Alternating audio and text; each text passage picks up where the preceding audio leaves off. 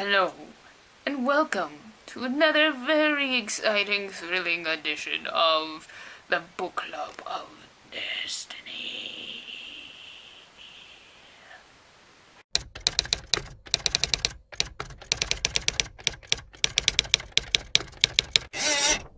Alright guys, not even gonna lie.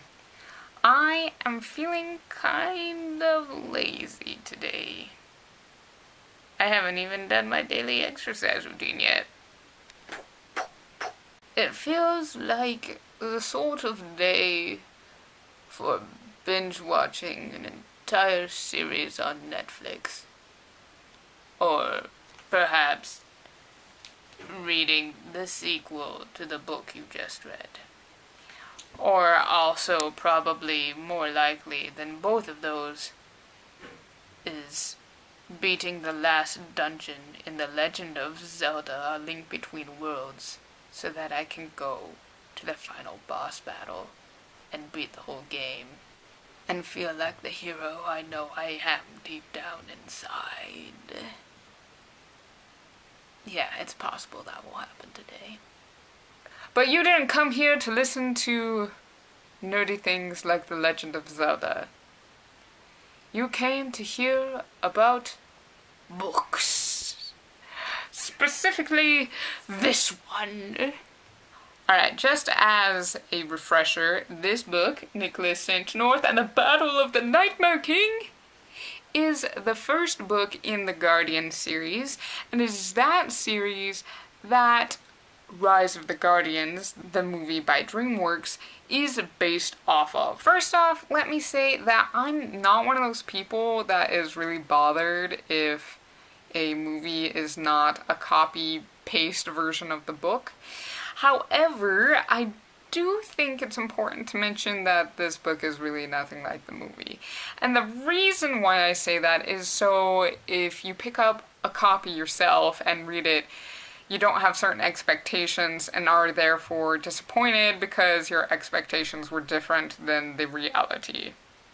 That being said, I also want to point out that I find the jacket kind of deceiving. It talks all about Nicholas St. North and, you know, how he's Santa before he became Santa, and really you know nothing about Santa at all.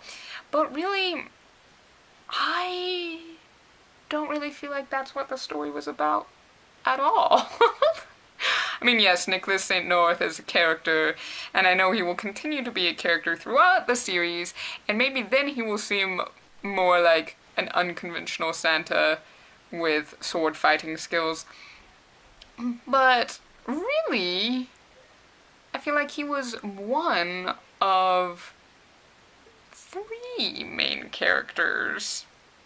So one thing that the book does have in common with the movie is the villain, Pitch, bringer of nightmares and sadness and scariness to children everywhere. Basically where we're at in this story is, well, there was a war a long time ago, and Pitch lost. And he's been trapped for many, many years until now. He's suddenly free and out to destroy everybody's happy dreams. There are three people who stand against him. Ombrick, an old wizened wizard fellow. Catherine, a very loving child.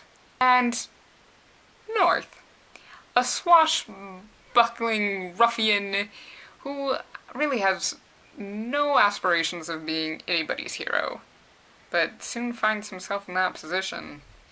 So the three of them combine forces to fight evil.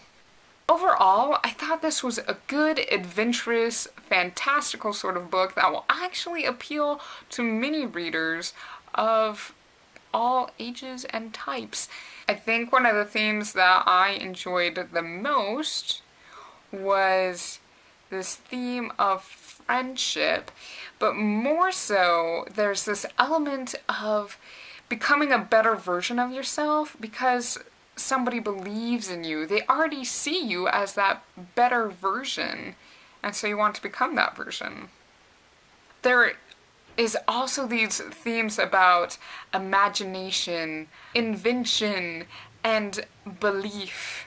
Ombrecht's first rule, his first spell, is that magic all comes down to belief. So there's some cool elements in there as well as this adventure, so I really do think that it will appeal to a wide range of readers. I am excited to see how the rest of the series plays out. The next book we are reading is E. Aster Bunnymund and the Warrior Eggs at the Earth's Core. That is the sequel. And I am kind of curious to see if it will continue to be nothing like the movie, or if there will actually be some more similarities as the story progresses. So if you're in the mood for a good adventure, pick up this book. I ended up giving it a 3.5 out of 5 stars. Until next time, read a book, eat a cupcake, and love life. And don't be as lazy as I am at this moment.